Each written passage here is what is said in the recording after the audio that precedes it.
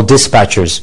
And in this program, what they have done is that they have secretly videotaped some of our own brothers and sisters, some of the scholars and du'at and students of knowledge. They have secretly videotaped certain lectures that they gave and cut and pasted certain things that they said in order to make them appear in a very negative and a very evil light.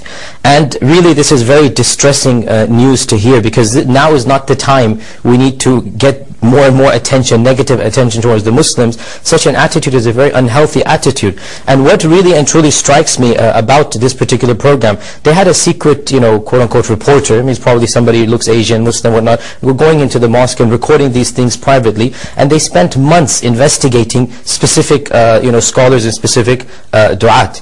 And they then snippeted, cut and pasted bits and pieces of the many talks that they gave.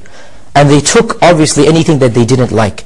Now, a number of things to be pointed out here. Firstly, it is really distressing that all of the good that they must have heard, without a doubt, being in a masjid for so many months and filming so many khutbahs and doing secretly, private camera, how much good did they hear? How much did they hear that the people, the ulama, the sheikhs are telling the people, be charitable, be good, love Allah and His Messenger, come close to Allah, be religious, be spiritual, be good to your neighbors, give a da'wah to Islam. How much message they also must have heard about being good citizens of this country as well. As me and you both know, there are hardly any people out there that are really and truly militant. These are such a small minority among us. The vast majority of Muslims, the vast majority of people understand that we are citizens of this country. Even if we disagree with certain foreign policies, that doesn't mean that we do anything to the people of this country. We are citizens and we are Muslims. They must have heard this message, must have without a doubt, along with all of the good. For them to ignore all of this good and take 5, 10, 15-second clips,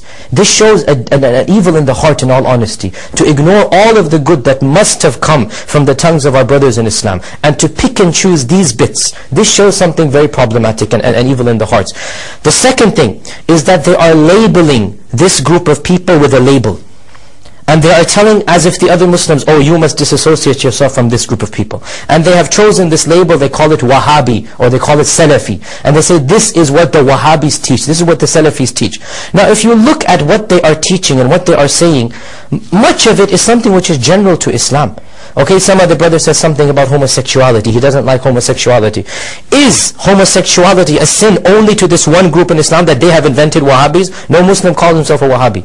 Is this thing only something negative to this one group that they will reject and ignore all the other groups? Similarly, other statements that were made, nothing is intrinsically to one particular group. Most of it is general Islamic statements. Some of them are ayat and ahadith that they have again cut and pasted. Ayat and ahadith only. They have cut and pasted and said this is coming from a Wahhabi training in a Wahhabi seminary.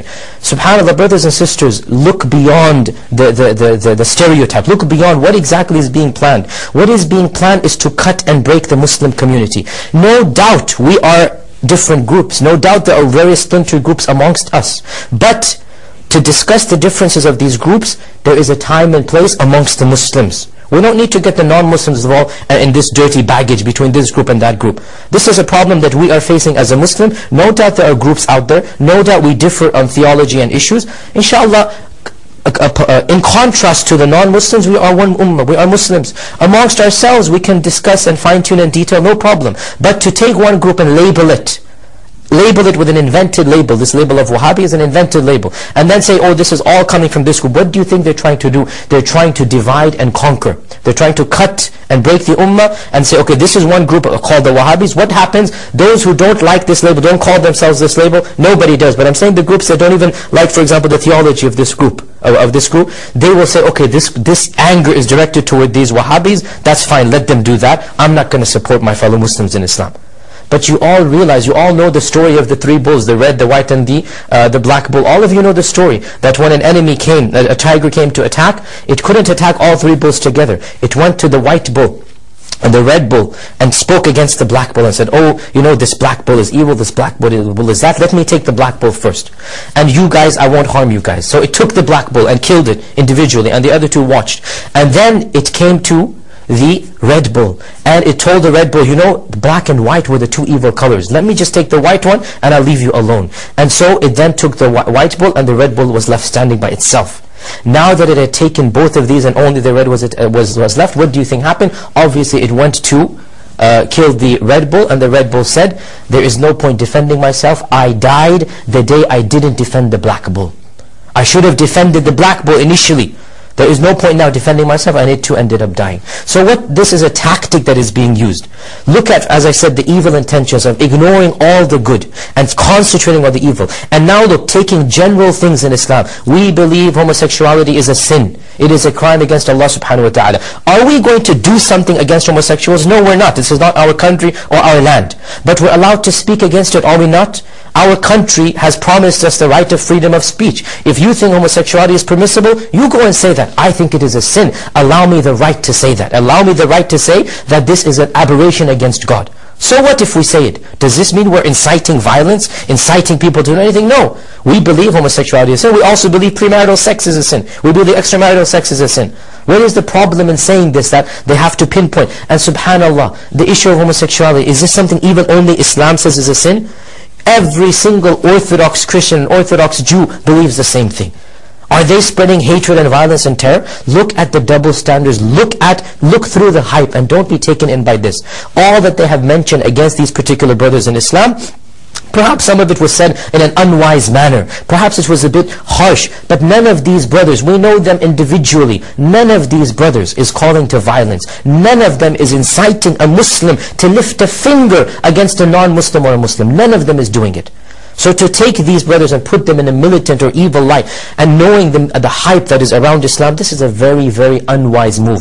And we as Muslims need to do something about it. Obviously in a wise manner as well. So what I encourage all of you to do, all of you, don't just sit there and do nothing. What I encourage all of you to do is, in the strongest but firm and polite terms, write letters and call up this particular channel, channel 4. You can get the number from the internet, from the web. I'm sure there's a mass email being circulated that has the numbers. Write and call. Do both of them.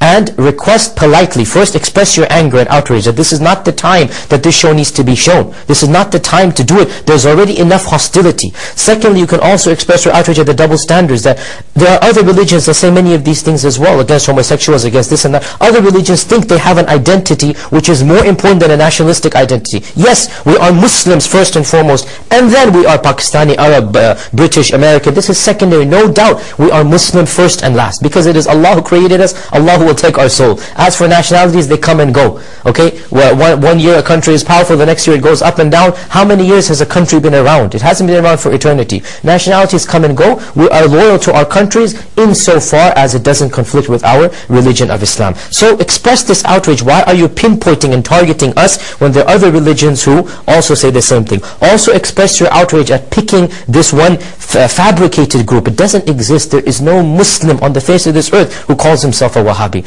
And then taking commands and tenets that are general to all Muslims. All Muslims believe in what these brothers said. It's not just this particular group, and then saying, oh, this is Wahhabi. You know what's going to happen? What their tactic is that somebody reads this and he goes, you know, I don't want to be associated with this group. Let me say homosexuality is allowed in Islam. This is the net result, is that they want you to disassociate from a concept that is Islamic by inventing a name that has nothing to do with Islam, this name of Wahhabism. Please, brothers and sisters, look through this, okay, and understand what is going on. Express politely and yet firmly. Politely, obviously, goes without saying. And also firmly that you are disappointed in the show. And if they cannot air, that would be great, but perhaps that will not work. At least tell them, fine, have a documentary, let us speak as well. Hear our voices. Get these people whom they secretly videotape and cut and paste it 10 seconds. Get them in your studios and interview them an hour long. The same people whom you videotaped, interview them. And ask them point blank, what did you say, why did you say it? So that they can put it in context. You know, when you don't hear the entire context, you cut and paste, what's going to happen? Somebody will say, and this is a joke that is said in Islamic circles, somebody will say, Allah has prohibited us to pray. Akhi, what is your evidence? How can you say this? Did you not hear Allah says in the Quran, فَوَيْلٌ لِلْمُصَلِّينَ, full stop. Woe to those who pray. This is a verse in the Quran, فَوَيْلٌ لِلْمُصَلِّينَ, woe to those who pray. And so if they cut only this verse, and they mention it, what will happen? You've destroyed the whole meaning. Then Allah goes on and He says, الَّذِينَ هُمْ فِي صَلَاتِهِمْ سَاهُونَ, those who are lazy in their prayer. Not all people who pray, only one category amongst them. So my dear brothers and sisters, what they've done, as I said, they've taken these snippets, cut and paste of these brothers, our friends in Islam, and they are portraying them in a negative and a bad light. I ask and I urge all of you,